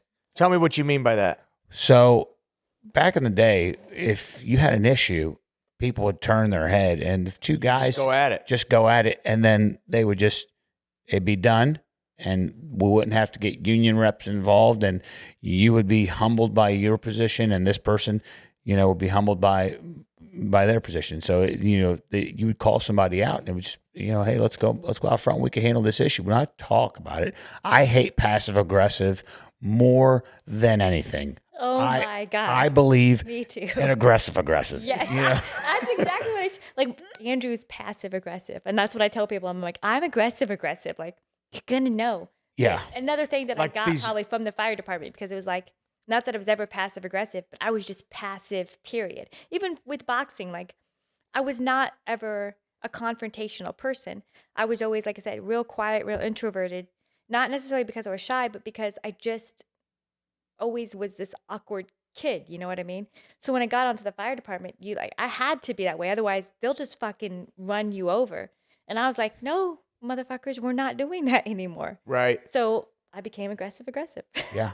I mean, it's part of survival, but just like the people who go piss on the seat in a female's restroom, Right. That's passive aggressive bullshit. Yeah. You know what I'm saying? If you don't like somebody, Just tell them. just tell them you don't like them. Right, yeah. Like Let's I can handle live it. with that. I'd be okay with that. Yeah. Yeah, I can live with that because then we can get into a conversation about how I don't like you either. I'm just like I'm the same way now, and sometimes maybe a bit too much, probably according to my husband. He's super chill. He is. He's super. I chill. mean, you're really, really chill, but like, Yeah, but Andrew's like super, Yeah. super chill. Yeah. And that's because he's passive aggressive. But I mean, other than that, like now, if someone doesn't like me, please, I take it as a sign of disrespect if you come at me like you like me. Yeah. Just Yeah. don't talk to Just me. don't talk to me and tell me you don't like me. Yeah, don't. I'm tell cool me, with you know that. what I mean? Like we can be cordial, like I'll see you because we're adults here, but please don't come talk to me. Don't ask me how I am. Don't be like, oh hey, it's so good to see you. No, B, I know what you said about me. Like that's why you probably do not get along with women at all. I mean, what's weird is that I do get along with a lot of women, and we have this culture where we think women are the backstabbers or that women gossip. You come to a fire station, man, and I don't know how many times dudes would be sitting there at the table talking to each other, all buddy, and then one of them gets up and the other one would be like, "Man, that guy's such a piece of shit. That dude's such a load," and blah. I'm like, whoa, dude, you guys were just having a good conversation, man. Where did this come from? Oh my God, I So, hate that. it- I hate that. It's the worst. What was it? Telegraph, telephone, telefireman. Yeah. I mean, Just Talk about- like the girl. It can be like the girls' club, like Yes. or I say girls' club, and no offense, No, but that's fine. but like like everybody's talking about everybody, and that is actually a myth. Since I've gotten on the fire department, I do realize that it's like dudes do it just the same. Yes, they are bad about it. Because at least I feel like with females, most of the time, they're just not even going to, some of them might be backstabbers. They are, obviously, because there are some women that I know like that. But then a lot of them are just going to be like, oh, no, I don't like you. You know what I mean? Like, but men are like, no, dude, we're cool. I want to say, I like you so much more now for telling me you don't like me. Right? Yeah, I respect Because I can you. appreciate you're not full of shit and you're not, being nice to my face and going behind my back saying, this guy's a jack off. As you get older, there's such a huge value in not having to wonder what someone's thinking. Yes. Which ultimately was why I like Trump. Yeah. because even though I didn't like half the shit that came out of his mouth, I'm like, fuck yeah. That guy says what he wants, when he wants, how he wants. He doesn't give a shit about the consequences. God, he does not give a shit. And I'm like, I fucking love that guy. That's why I am now a huge fan of Cat Williams. Hold on. That's my dude. Fuck yes. You need to watch his podcast I on. watched bits and pieces of it. That's my dude. Yeah, I agree. He's badass. He's a badass. Hold on. Let's remember something. I brought him up in one of our podcasts way before that podcast with him and Shannon Sharp came out. I didn't know he rolled like that. Hold on. I told you that time that I grabbed Gianna and said, sis, come listen to this dude. Don't pay attention to all the F-bombs he's dropping. This guy's got some shit to say. He does. I mean... No, because he's local, isn't he? No. Cat Williams from Dayton, Ohio. Oh, okay. I was thinking of somebody else. I know who you're talking about. D.L. Hughley, maybe. Okay, Yeah. yeah. He's a Kansas City guy. Yeah. Who Cat Williams I know who actually Cat said Williams is the best. Yeah. Yeah. Cat Williams played the pimp in... No, I know who he is. Little tiny short guy. Yeah. Mhm, Yeah. But I He mean, wants stuff. he that podcast on Shannon Sharp. Mhm. Yeah. Man, awesome. Lights out. Yeah. My favorite one. I mean, here, I will still say Chappelle's the GOAT. He's yes. great. But I put him and Cat Williams right there. Hold on. Now. You can't say, I mean, come on. You got Richard Pryor. You got Red Fox. You got Eddie Murphy. Here, for my preference, I feel like Dave Chappelle has not only wit and timing, but he is just his comedy is well thought out. It's well thought out. He's another guy that will not bend to society. No. Oh, yeah. He will not do it. He is going to press every single button that Absolutely. can be pressed. And I'm like, I like him too. He's the only guy I know that can press the societal cancel buttons and not get canceled. Right. Every single button, like it's a keyboard, and not get canceled. Hold on. Somebody did jump on stage and try to beat the shit. Yeah, he did. I mean, that's just going to happen when you do it. And Jamie Foxx. Well, you know what? And for my taste too, you know what? Nobody's just taken a slap heard around the world like Chris Rock and just stood up there and was like, Hold on. He he I can have maintain more respect composure. for that guy. Unreal. I mean, I never would have been. I would have made him knock me out. I would have attacked him. I would have made him knock me out. 100%. Don't give a shit. You would have had to. You're not open palming me. I'm making you punch me in the face. Right. Well, to not do anything back. Like, I can't see me He is not attacking someone. If you smack me in the face, that means that game on. I mean, You wanna especially fight me. open palm. Yes. I mean, that's worse than yeah, doubled worse than up. getting punched. Yes. Sure. Yeah. I mean, it's Stuff more like that. disrespectful than Yes. getting punched. But he handled it And like. Will Smith's a bitch. Well, I mean that was a bitch move. It was a bitch That move. was a bitch move, 100%. Because Will Smith is, I mean, And Jada Pinkett don't even give a fuck about Will Smith. I know that's what's really fucked up about it. Is she's like, oh, that was cute. Yeah. I mean, she didn't even- the guy played Muhammad Ali, Right. so he's obviously a big dude. And Chris Rock played Pookie, a crackhead in New Jack City. I mean, but for that was like, I tip my hat to you, Chris Rock. That was badass. Yeah. I You know mean, what I'm saying? he's a better man than me. You know, Sure. He's definitely a better man than me. So, Healy and Gracie, Antioch and Inglewood. So what are the class times? Who are you guys catering to? Because like for me, like when I look at Jiu Jutsu, I'm like, there's not anyone that could not benefit from Jiu Jutsu. Jiu Jutsu can be for everyone. Yes. In my opinion, I don't care. You know what the greatest thing about jiu-jitsu is, particularly as I get in more and more into football? There is no diplomacy in football. There is no diplomacy in basketball. If you do not have these God-given attributes, this certain size, this certain length, this certain, things that you can't control, you are not going to step foot on the field. Right. And what I love about jiu-jitsu is that's not the case for that sport. No. It's anybody can do it. If you want to put in the work and you want to grind and you want to learn to enjoy the process and not the result, jiu-jitsu is fucking awesome. I mean, I love that sport so much for that. I do. I absolutely. So that being said, it's a sport for anyone, any size, any athletic ability. What are you guys catering to at Healy and Gracie? Honestly, I mean, I think we're kind of catering to anybody because, there's some places that are like, yeah, we want everybody to compete and we want, want you guys to come all the time. And that's great. And then there's other places where it's like, oh, there's no rules absolutely at all. And we're just going to all kind of chill and do this. I want it to be for everybody. So if we get somebody in there that thinks this is something that they want to do all the time and they want to compete, we want to help you. If you're a hobbyist and you can only make it in 2 nights a week because you have life demanding other things of you, please come join us. You know what I mean? Like, we just want anybody to come and that thinks that, like you said, that maybe they can't do this, especially as a female.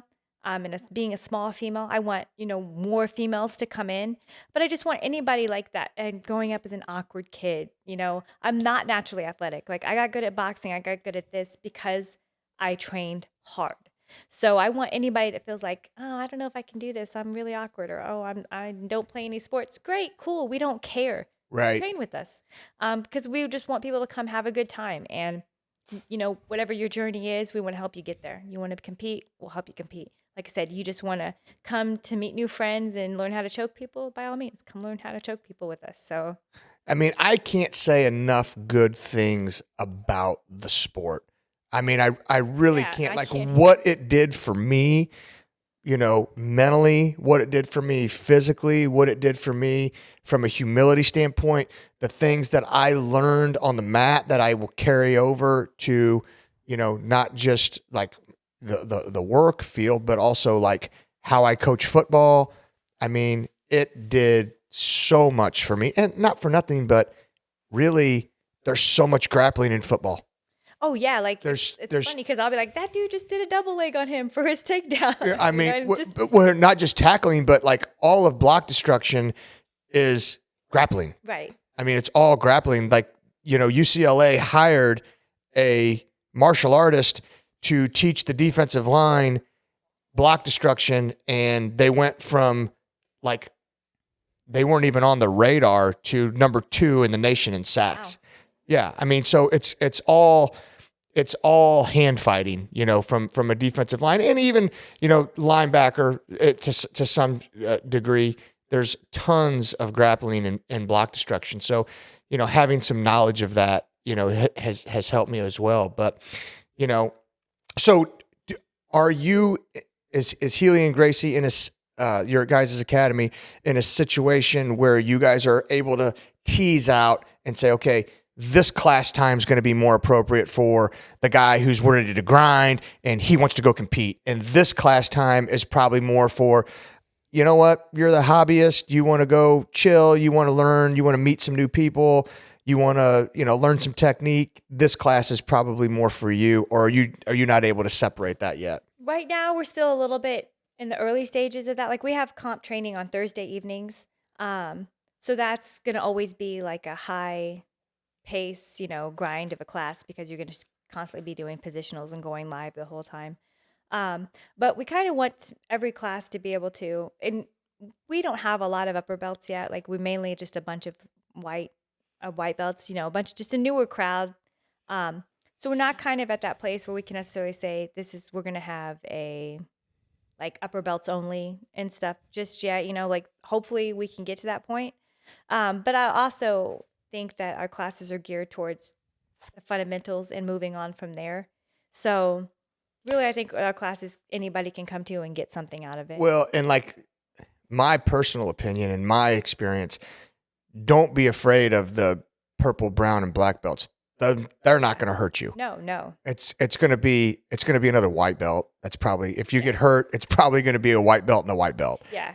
You know, Like being a small female, like I definitely advocate, like don't roll with people that you probably don't know, you know, and don't be afraid to ask the upper belts to roll. You know what I mean? Because that's how you're going to get better. Like you need to get smashed up. You need to, you know, if you're going to get smashed up, you may as well get taught while you're doing it. Exactly. You know, that's the person that when you get done with the role, you can ask them, hey, what was I doing here? Or what can I work on here, you know? And they're going to put the submission on with control versus Exactly. grab it and yank it because they haven't had the opportunity to submit someone in 6 months. Right. And you gave them the opportunity, and now they're going to, you know, just rip it, you Right. know? And white belts are the ones that are tend to do like moves that aren't really moves. And so that's how people get injured is because they don't know what they're doing. And if you're another white belt, you don't know what you're doing. So, Well, I mean, here, if I'm rolling with you and I can't predict what your next move is and I'm uncomfortable, I'm stopping you and saying, what the hell are you getting ready to do? right? You know, I mean, let's do this slow so that I can figure out what you're getting ready to do. Yep. And then we can speed back up again, you know? So I've learned, you know, so much as, you know, I mean, you figured I did it for 11 years, you know, on and off. Yeah. So I figured out little things that I can do to protect myself. Cause as I got older, I'm like, my only goal today is to walk off the mat, Right. not injured, not hurt, and be able to come train again tomorrow. That's, yes. Longevity Yeah. is what I'm in this for. Yeah, you know, so that was my goal. So if I was in a situation with someone and like the 25-year-old that's competing, I'm not rolling with him. Yeah. And if I do, we're having a discussion first. Right. Exactly. you know. And I'm very big about that. Like when I host like women's open mats, like we've had a couple of them that are close to like big tournaments coming up, like big IBJJF. And so I just tell everybody beforehand, hey, let someone know if you're not comfortable going hard or, hey, something's hurt. Please tell whoever you're rolling with so that they're aware of those things. You know what I mean? Right. So, because why take that chance? You know, like, well, I didn't want to do this or I didn't want, well, just say it. You know Yeah. what I mean? Like anytime someone came to me and said, hey, you know, my shoulder's really hurting, immediately I'm staying on my back. Right. I'm being passive. I'm letting them do their thing. If they submit me, they submit me. I'm not going to sit there and try to remember, oh, his right shoulder's hurt. Right. I'm just going to let him kick the shit out of me and just move and quietly fight him. Right. You know, Like you're not going to get anything out of. I mean, I don't want to hurt someone. No. And usually I'll joke around like, oh, your right knee hurts. So knee bar you on that. Knee, Yeah. Right. But I mean, I would never Right. do that because the point, like what we try to stress to people, is these are your training partners. Do you want 5 training partners again tomorrow, or do you want a couple because you guys hurt each other going super hard? Yeah. So the safer you are with your training partners, the better you're going to get. Yeah. So, and with that comes the control. When you learn how to control is when you learn how to go on to the next step anyway. You know what I mean? Yeah. So, Yeah. So what are the class times? so right now, Monday through Thursday at 10 a.m., adult classes. Monday through Thursday, evening classes are 6:30 p.m. We have comp class on Thursdays at 7, but next month we're actually going to change that to 6:30. So you're 10 a.m. Monday through Thursday, and that's gi or no gi? Tuesdays are no-gi day, so 10 a.m. on Tuesday, and then 6:30 p.m. on Tuesday evening is no-gi. And the rest of it's all gi. The rest of it's gi. And then open mats on Saturdays? Open mat on Saturday at 10 a.m. and open mat on Sunday at 11 a.m. And our 11 a.m. open mats on Sundays are pretty hardcore. We usually get a lot of people from all over the KC area, a lot of upper belts that come in. Yeah. So like that's my favorite day because That was always fun. it's fun. That was always fun. And being a newer school, like we have a few women, but we're not always there at the same time. And we have a lot of new white belts, so I don't always get the roles. That's been my hardest part as having a gym is I don't get the roles in the training that I'm used to getting from before because I always had my choice of upper belts to roll with, and so now it's mainly newer white belts. So Or John and Andrew. right, exactly. Yeah. So it's like I still get in good roles, but not like I was before.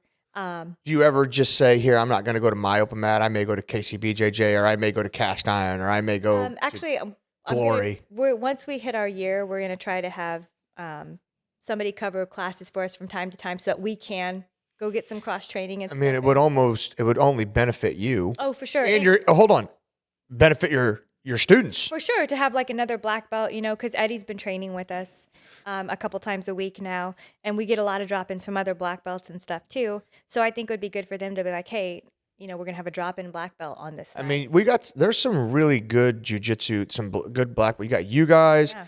you got KCBJJ, you got Josh Littleton over at Cast Iron, Devin Parada, who's actually coming on next week. Oh, cool. Yeah, I'm excited for that. Where's he at? He's about a little over a year into owning his own gym in Independence. He's in Independence, okay. And then Jesse Hernandez, I don't know exactly where Jesse's at right now. Is he at a school? Is he at Oak Park? I don't know. It might be like He may be at Oak Park. Northland Judo and Jiu Jutsu. Yeah. I don't know exactly where it's at now Yeah. either. So you got him. I'm trying to think if I'm missing anyone. Well, you have Glory. David Fava. Yeah, Glory. You have Zach. So Cummings. so Zach Cummings, and then Vava. Where's he at? He's at Body Fit in Westport, which is where I know where he's at. because they're the same team. Yep. They just have their separate things. Yep. And then there's so many black belts that don't own schools. Carlos, Bob Willis, Dave Jackson. Yeah. Bob Willis is a stud. Oh man, he's awesome. He does some drop-ins. Now that school started again, he hasn't been. 'Cause he's a wrestling coach, I think, at Liberty. Liberty. Oh, he was. Yeah, he's not. Oh, I got it. Okay, he's the AD at one of the middle. Okay. Yeah. Yeah. So, but he. South Valley, I think, might be where he's at. Yeah, I think so. Yeah. And he's a big guy, but I love rolling with him because they're good, controlled, Here, technical rolls. You know what I mean? that was a So- guy that we started around the exact same time, and he just progressed so fast. I didn't realize he had such a big wrestling background. Yeah, that definitely helps. So that helped a lot. But he's just a super athlete. I mean, and he's a great person. He's like a good guy. We enjoy having him drop in. Carlos, when he drops in, that's his wife is the cheer coach at Liberty, yeah. and Mary that Liberty Ortega. cheer team is fucking on fire. Is I it? mean, oh my God, yeah, they're really like kids who are really good at dancing. I shouldn't say cheer. I think it's dance. It's a dance team. They will move into that school district to go to her. Juliana Saraguso, our cousin, Oh wow, is a really, really good dancer, and she danced at Liberty. that's awesome. Yeah. So she's a stud. So his kids, they got athleticism on both sides. Yeah. And I think he's got all girls. I think he does too. Yeah, I think he's got all girls. Like So one's getting ready to go to college or something. he's got one that old. I think so, and that's what he was talking about. Like they went on some college. I got to get visit. Bob on here. I got to call him up. Yeah, he'd be cool. Yeah, So- he'd be good too. And Luke Josephine, he drops in a lot. Yeah, he's a So stud. Another good black belt. Here, so- last time I saw Luke, it was in. Oh gosh, I was in the ER. Oh, yeah. I 'cause hurt he's my back. Oh, I don't even know what the hell I did. I can't even remember. But it was one of those, like, I don't know if you've ever had your low back locked up where I couldn't even breathe pain. And he walked in. He's like, hold on. He comes back in, loads me up with something. I'm like, oh, thank God, Luke. That's So I love Luke. yeah. No, he's great. He's a great guy. He's a super nice guy. Well, anyway, thanks so much for being Yeah, on. thanks for I having wish me on. you all the luck in the world with Healy and Gracie, and I hope it expands for you. And I'm excited to watch and see it grow and progress. Thanks. Yeah. Yep. All right. Thanks so much. Yeah. Thank you guys. All right.